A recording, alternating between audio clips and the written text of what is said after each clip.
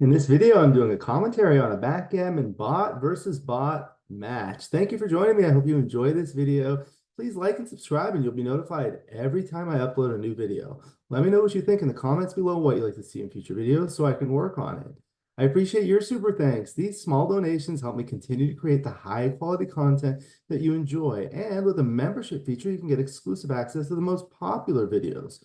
My book, Backgammon Strategies, is available. There's a link in the description to where you can get it. And if you're interested in lessons, please contact me via email. My email address is also in the description. Again, this is a backgammon bot versus bot match where I have XG play against itself. It's an outstanding way to learn. You watch the best players in the world play against each other, and then it's automatically transcribed, and you can see the errors and look at the different moves and modify things. There's a lot that you can learn by just doing this simple exercise. And if you have XG, you could just do it on your own. I learn a lot by doing these kinds of things. So we're playing on a beautiful Gammoner board. It's a gray board with black and white points. And we're using the purple lilac checkers by Backgammon Galaxy, and the yellow is the Hector Sachs checkers. The XG board is made by Rain. There's a link in the description to where you can get them. He makes beautiful XG boards. So this is going to be a 3-point match, and we're going to be bearing off on the right, and here we go. So with the 6-4 in a 3-point match, it's right to split. Now with the 2-1, you come down. In a 5-point match, you make the 2-point. The reason for that is because you win more gammons, and you're thinking about gammons at the next cube level. So when the cube gets to 2, double gammon gets you to the Crawford score. So double 3, now another 6-4. Okay, slots the 5-point. Now it's a double. Still a comfortable take. Slots the point. 2-1. Okay. So does that double 1's a great roll. Anchors, makes the point, splits from the 9-point. Purple dance, 5-3 escapes with 1 back checker. Purple dances again, 2-1 makes the bar point. So now it's hard for purple to escape. So with the 5-2 plays like that, 4-2 will hit because of the blot on the board and the stronger board. Purple dance with the 5-3 covers the blot, brings 1 down. Danced again, 5-1. I'm just going to bring it around. Danced again. Now with the 6-4. Makes that point interesting. I would have made the bar point. All right, now with 6-5 just clears that point. That goes a little bit deep. Danced again. 6-5 just coming in. Trying to think about how these large numbers like 6-5, double 6, double 5, double 4, 6-4, 5-4 play. 3-1. Okay, so now the 5 is forced. Now 6-5 leaves a double shot. Okay, I would have made that point. See, now you have 2 blots on the board. 4-3 can hit and cover. Okay, so it's a good shot for purple. Dance. Now he's redoubling and passed. Okay, now with the 4-2, you make the 4-point. With the 6-4 runs. I think it's right to actually make the 2-point. Anyway, double 2 makes the 4-point and the 11-point. With the 2-1 hits and continues. 4-1 comes in on the 1. Now you can hit loose like that. 5-1 hits back, sends the second checker back. With the 5-3 comes in low, so you're not pointed on there with something like the 6-1. 4-3 hits twice. That's the double tiger. All right, 5-3 comes in, and then we'll come down. 5-3 hits and could anchor. That's right. Double 3. Okay, so that's 1, 2, 3, 4. 5-4. Run around. Now with the 5-4, have to hit and come out. 3-1 can come in and hit back. 3-2, come in with a 2 and cover. Now with the 3-1, covers there. Now purple's in big trouble because it doesn't have quite the timing. It's trying to get hit back. And losing a gammon doesn't matter. Yellow just wants to hold that prime.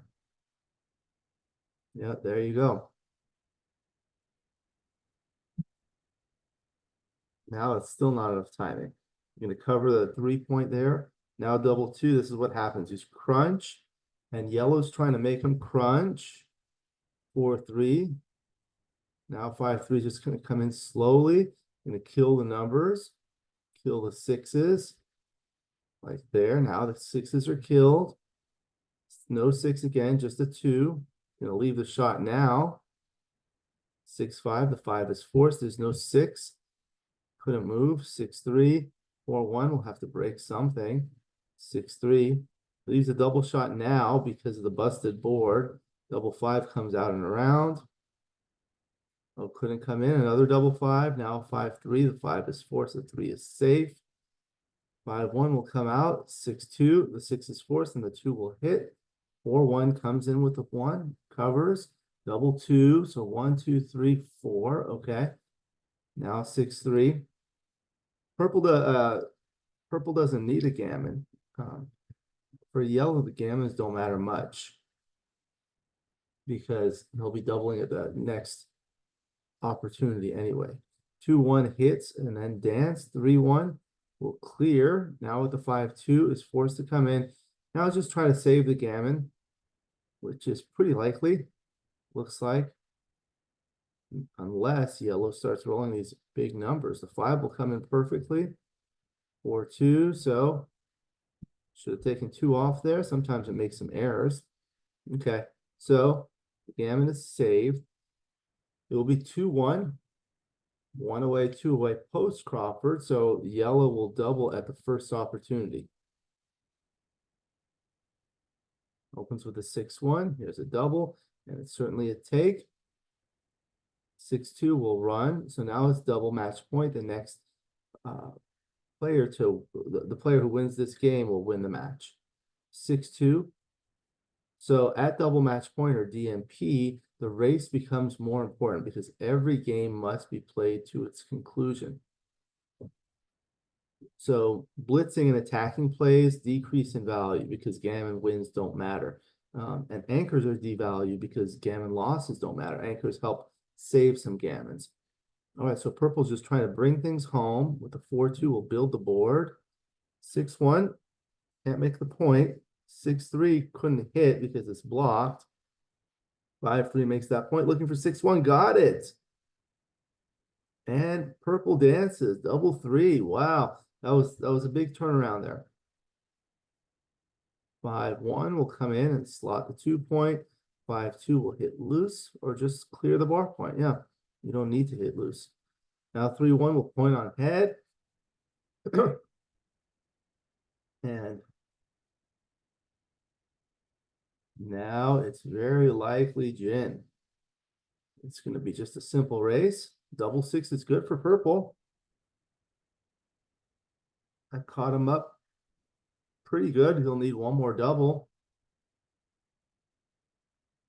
These colors remind me of my favorite basketball team, the Los Angeles Lakers. Those are the colors of their uniforms.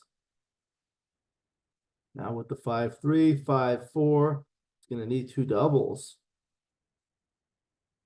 Nope. Now it's gin.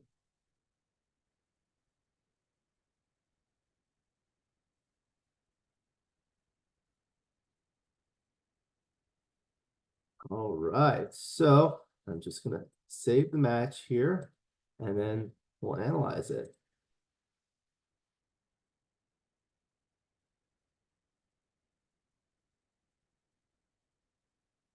All right. So now we'll analyze it. Take a look here. Let me adjust this to make it a little easier to see. There we go. Okay. So we'll start with the first game. All right, so the standard is the 6-4. And if you look at it, this is a split. So if you look at this position, and I'll put it on this board here. Okay. And if you change the score to a 5-point match, you'll see that the 6-4 turns out to be the 2-point, resulting in this position. However, at the first game of a 3-point match, as in here, you split. Okay. So the gammons it has to do with the gammons at the next cube level. So now the cube is on 1, but if the cube gets on 2, a double gammon is not worth all that much at 3 away, 3 away, but at 5 away, 5 away it is, because 4 points gets you the Crawford game, which is valuable. So that's how I think about things. All right, then the 2-1 comes down and hits, and then with a 3-2, that's a good roll. You can make that anchor. And the 5-2 was a little awkward, but he had to leave the shot there. And the double 3 was a great roll. You make that board, that results in this position. Now yellow has a commanding lead. All right, 6-4. Yeah, this one was awkward. I don't know why played like this. Let's look at it on the plus plus. Yeah, it turns out to be a bigger error. So the right play is to do this, resulting in this position. And it's kind of like you have to do this. When you do this play, what's happening is, okay, you're not leaving a blot on the 18 point. However, you're leaving a blot right here, which you don't want to set back. If the opponent makes the 18 point, you're in big trouble because these two checkers have to get going. If you do get hit, then a lot of the times won't be able to use like that number to make a point, especially with rolls like 4-2 and 5-2. That would be good to make this point. Okay. It's more of a distraction play in that sense, but also you really need to split because otherwise these back checkers are going to get stuck. Okay. Now after this was a double, but still a comfortable take. Yellow is winning 64% of the time with 23% gammon. So let's take a look at this and do some things. So first, let's take a look at for money and see. So for money, this is a small no double. Okay. It's at 3 away, 3 away. You want to double more aggressively because even if you don't win the gammon, even if you win a single game, you get to the Crawford score. So that's a valuable score. So you want to try to go for that. So at 3 away, 3 away, you want to double more aggressively. At the same time, when you're getting doubled at 3 away, 3 away, you want to be more cautious because you don't want to let the opponent get to that Crawford score. Okay, so clearly this has something to do with it. If this were closed, then it's not a double. It's not going to be close to a double. It's a big blunder to double. So when you modify that and you see that, that's how you learn. People tell me I don't learn from XG because it doesn't speak. What you have to do is modify the position and do experiments like this to see what happens. Okay, so let's go back to the original position and let's say they were split like that. That's probably worse for purple because you can get attacked. And what if the split were here? That's bad. And then if this were here, you're giving yellow more numbers. Now it's a pass because you see now ones can be used to hit here. And on this side, it's 2s, 4s, and 6s. When you had, when you had this here, the 2s that hit here also duplicated to hit here. So it's not quite as strong. So these are the kinds of things that I do. So let's go back to the original position, maybe modify the score. So let's say yellow is up 1-0. So now I don't think it's going to be a double here. Yeah, because when you're ahead of the score, what's going to happen is yellow is going to double and purple is going to automatically redouble. So you want to be careful. The score is very important in matches. So these are the things that I do that helps me learn. All right, so then let's go to the move. It was a double 4. So a little awkward because it resulted in this position in a blot, but the 3s that hit over here are also duplicated to cover over here. That means there are not as many rolls. Okay, so then the 2-1 played like this. You can't afford to hit here. The hit would be a big blunder because it results in this position. Now yellow's on the bar, can hit with 5s here. 3-2, 4-1, 4-2, double 2, 2-1, and then like double 5s is crushing too, you know. Then the double 1 was great. It was perfect. You just make that anchor, close that up, and then split this to get more diversity in terms of your builders. Dance with the double six, then the 5-3. Yellow is ready to come out, winning by 38 pips in the race. Danced again, and then the 2-1 makes the bar point, so that results in this position. So now purple is getting stuck. Purple comes in with a 5-2. The 2 is forced, and the 5 plays behind. And the 4-2. So this is where you can afford to hit loose there, and that results in this position. Even if purple hits, you've got this blot to shoot at. This is going to win a lot more gammons. And a gammon on a 2 cube wins the match at this score. And purple danced here, and then the 5-3 was good because you can cover and just bring one down. Looks like the other plays were close. Let's look at it here. Yep. Okay. Then purple danced, and then with the 5-1, just trying to escape. Let's see what the other plays were. 10-9. Yeah, these were all close. It doesn't really matter. Purple danced again, and then with the 6-4. Okay, so this was a play that I wouldn't have made. I would have done this, which results in this position. It looks like they're all close. What happens with this is you make the full 6 prime, which is not all that valuable because you're so far ahead in the race, you're about to break the prime, but it doesn't leave any shots. This leaves a shot. This leaves a double 1. This leaves double 1. This leaves 6-1. So it's just, you're up so far in the race, you don't want to be hit. Purple dance, and then those 6-5. So here, you kind of have to leave the shot because if you play this way, this spare checker goes deep, and that's going to make things very awkward. When you're bearing off against contact, you really need to use these checkers to help with the flexibility, and they're more flexible when they're on the higher points, okay? That's just something you'll learn from experience. All right, then the 6-5 could have spread things out a little bit. Let's see. 10-4, 9-4. Okay. Oh, yeah. The other play was like this, resulting in this position. Yeah, I think I would have made this play. This one stacks things up. Top play, top play. See how these checkers are spread out? When you do this, you have what I call a semi-gap. It's not a full gap, but it's just like a stripped point. And then what happens is it becomes awkward. So say you bring this in with a 6, and then you ultimately clear these two checkers, and now the highest point is the 5. And from the 5 point, 4s are blocked. So if you roll a 4 subsequently, you're gonna have to play it off here. And if you don't have a spare checker, you're gonna leave a blot with a 6-4 or a 5-4 or 4-3. Okay. So those are the kinds of things you want to think about. Okay. Then with the 6-1, can't come out, has to just bring one down. And the 5-1 was good. 3-1.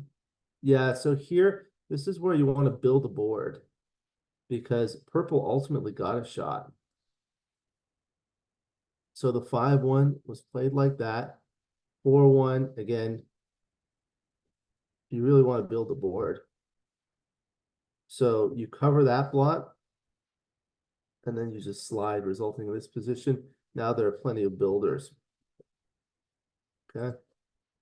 6-5 was the bad roll, and the 4-3, it was good because you hit with the 4. You cover with the 3, but there's still a blot, and it danced, and now this was a big pass. So that's because there was a checker there. So let's go back and see, what if this was born off? Now it's barely a double. So it's because there was that checker there. What if that checker were there, but yellow has fewer checkers on the board? Still a pass. What if it were fewer like that? Still a pass. What if it were like that? Now it's close. Now it's not a double. So it depends on how many checkers there are, okay? Now on to the second game. Purple opens with a 4-2. and makes the 4-point, clearly. And then the 6-4, normally you go like that, or you make the 2-point. For money, I think this is a 2-point. Let's look at it for money. Yeah, they're close. One of the things that's interesting is if the opponent rolls a 4-2 and then you roll a 6-4, for money, the correct play is to make the 2 points. Okay. But if it were 3-1, now you're ahead more in the race. So you want to just run. This also duplicates the 4-2 that hits here and makes that point. And then if they make the 3-point with the 5-3, you make the 2-point. And if they make the 2-point, you make the 2-point. Some things to know about the second roll, 6-4. 6-5 is a simple lover's leap, and then the double 2. Can't safety this checker, can't move it at all. Bring 2 down and make the 4-point. Very good. 2-1 hits and continues. I don't think this would be that close on the plus analysis. No. If you play like this, that results in this position, and then you're blocking yourself. You can't escape with 6s. And 6s are a little bit awkward because if you roll a 6 and can't play it from here, you play it from here, you leave it on the bar point, and oftentimes you leave a direct shot. If you play it from either of these points, you're going to leave a direct shot. So that's why you always have to be careful with these 6s and try to stay on the 24 point to be able to escape with 6s. If you get to the 22 point, that's actually better because then you could come out with 6-3 and 6-5 as well as 5-4. Okay. Then it was 4-1, so that was just straightforward coming in and coming up under the gun because otherwise you're going to get yourself stuck. So if you play like this, you have these 2 checkers glued. That's what Michi calls it, Michihiro Kageyama. In back checker strategy, they're glued on the 24 point. It's going to be hard to get them out, okay? Then the 6-1 can hit loose and you have to play safe there, okay? And again, you don't want to play like this for the same reason as before. The 5-1 was good, comes in, and here the 1 you go up. That's not quite as bad because you have a second checker back and there's still a lot to go, and there's no other really good ace to play. The 5-3, you have to come in low. See, this would have been an error to come in high and hit loose like this, and that results in this position. Why? Because like if you come in, you can hit with 5s, 4-1, 3-2, 3-1, double 3, as well as good 6s from the bar. Like double 3 is crushing. So it comes in 1, 2, and then makes the point on head.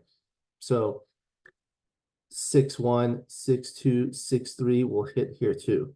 So it's just too many numbers. Okay, you have to think about the blot count. All right, then it was double 1. Oh no, it was 6-1. Sorry, that makes the 5-point, which was good. And then the 4-3. So this was the double tiger play. Let's take a look at this one. This one's interesting because it looks like the best play was just to hit once. You can hit once there, but these were all close. This results in this position. This is going to win a few more gammons, loses more gammons, but this is the play that wins the most games here. Notice how the 5s that enter and the 5s that hit here are duplicated. I think that's part of it for sure. All right, then the 4-2 just came in with 1, and the 5-3, the 3 was forced, and the 5 you play down. The 5-3 was good, makes the point on head and the anchor. Double 3 was awkward because rather it made the 23 point or the 24 point, although you don't have great timing. So, but the other 3 bringing them down, you just kind of have to break the midpoint. It's not good. 5-4 comes around ahead in the race. And then with the 5-4 for purple, hits. And let's see. Yeah, this was the right idea to split out here. This third checker isn't doing much. You really need to mobilize it and get it moving. Then the 3-1 comes in with a 3 and hits loose. And you really want to slot that bar point, because if you make it, purple's in big trouble. 3-2, you had to come in with a 2 so that you can cover here. And the 3-1 was great. So makes the bar point, makes a solid 5 prime. Now, even if purple makes the second anchor, the timing is not enough. 29 pips is not enough, because purple, if things just continue going the same way, yellow's going to be coming around. And by the time yellow brings everything around, purple's board will be crunched. And you need a strong prime and a board when you hit a shot. So purple's in big trouble now. Now with a 3-2, it's loose, but it looks like these top plays, the non-hitting plays, were close. See, slotting like that, resulting in this position, because you really want to leak this prime. All right, then the 4-2. I mean, it's not time for a fancy play like 13-9 resulting in this, because now, you know, if purple hits, yellow can be in big trouble. You can get counter primed. There's an expression, the best way to counter a prime is with a counter prime yourself. Okay, so with the 6-5, 6 comes out, 5 covers, 4-1 was a good roll. And let's see again. You don't want to play around like this, because there's a stronger board on the other side. All right, so 5-1 comes in with the 5, double 1. So here you can afford to hit loose, then dance. 6-2 hits another checker. 5-2 comes in with 1, and now the 6-4, you make that point. So with a 1-2 back game, usually you need like 100 pips or more of timing, and it's not sufficient. But purple's going to get stuck here, and I think that's what we saw. Yeah, broke the board, crunched. 4-2, just simple, doesn't matter. Top play. 4-3 crunches the board even further, and the 5-3 brings it around. 4-2, and then there wasn't much here to see.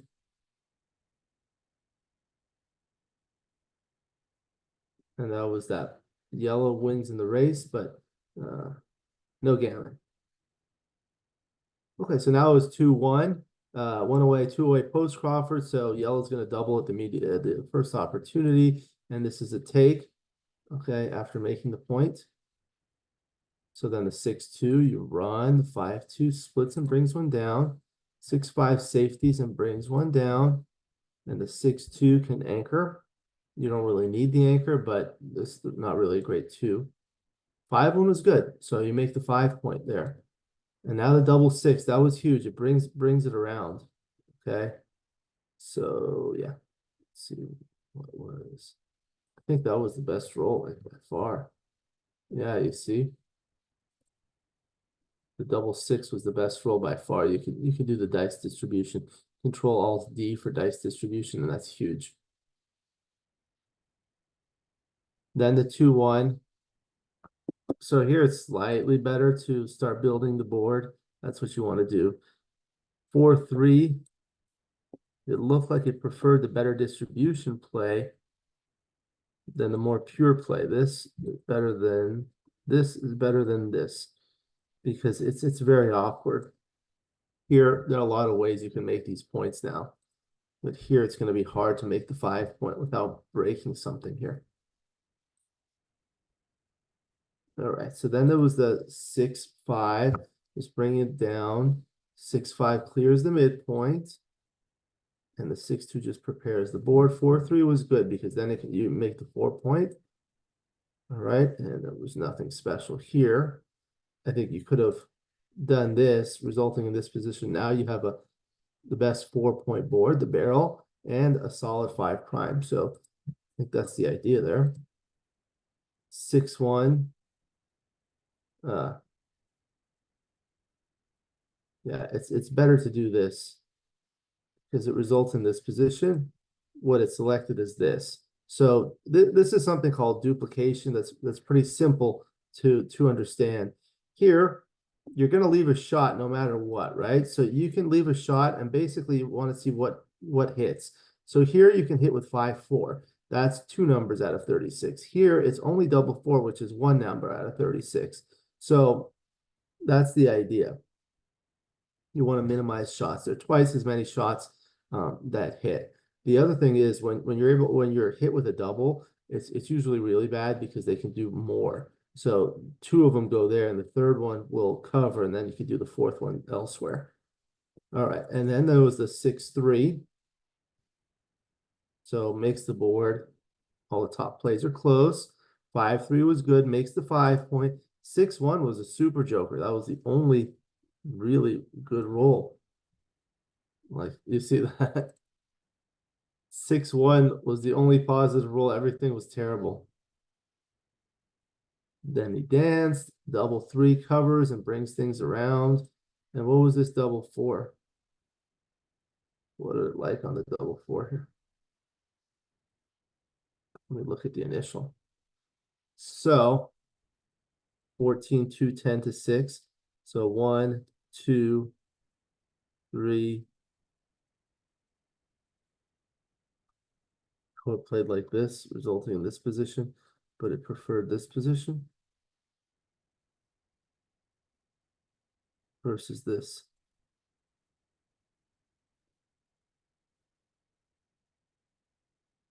Interesting. So let's take a look at dice distribution, and we'll look at second rolls here. Okay, so here, this is how you see it. 6-1, 6-4, and 6-2 become poor. So let's go to back here. Yeah, 6-1, 6-2, and 6-4. You'll leave a blot there. Whereas here you don't. Yeah, you want to think about that. After this, the 6s will be forced there. So if you roll a 6 with a 1, 2, or a 4, you're not able to cover it. You'll leave a shot. Okay, so that's the idea there. If you can't figure it out, just use the dice distribution and go from there. So the 5-1 was forced. The 5-2 cleared. Yep. And the 4-1 doesn't really matter. Nothing special here. Here, this was an error. So it played 6-5, 6-3, and that results in this position. So what happens is there's a possibility of leaving a shot. If purple dances and you roll a double 5 or double 6, it does take off 4 checkers, but it leaves a shot. After this, it's what's called a 0 position. There are no numbers that leave a shot next. Okay, so you have to make sure you think about your next roll. Okay, so then it was a 6-2, and then it was basically a race. So that was it. So that was another Backgammon Bot versus Bot match. Always interesting. There's always something to learn from watching any match, and particularly these types of matches. The thing I like about this is it's the best players in the world. It's the computer is the strongest player in the world. So you learn something. I changed the level to the expert level from extreme gaming. You can make it lower levels like advanced, intermediate, whatever you like, and then you'll see. And then if there are positions that you're confused about, you just look at the dice distribution, you change the position, you modify things, especially useful for a cube action. You can modify the position, you can modify the score to see what kinds of things happen. You can use the dice distribution tool. That's very valuable. So I always learn from these types of matches and any matches in general. So that was a Backgammon Bot versus Bot match. Thank you for joining me. I hope you enjoyed this video. Please like and subscribe, and you'll be notified every time I upload a new video. Let me know what you think in the comments below, what you'd like to see in future videos, so I can work on that. I appreciate your super thanks. These small donations help me continue to create the high quality content that you enjoy.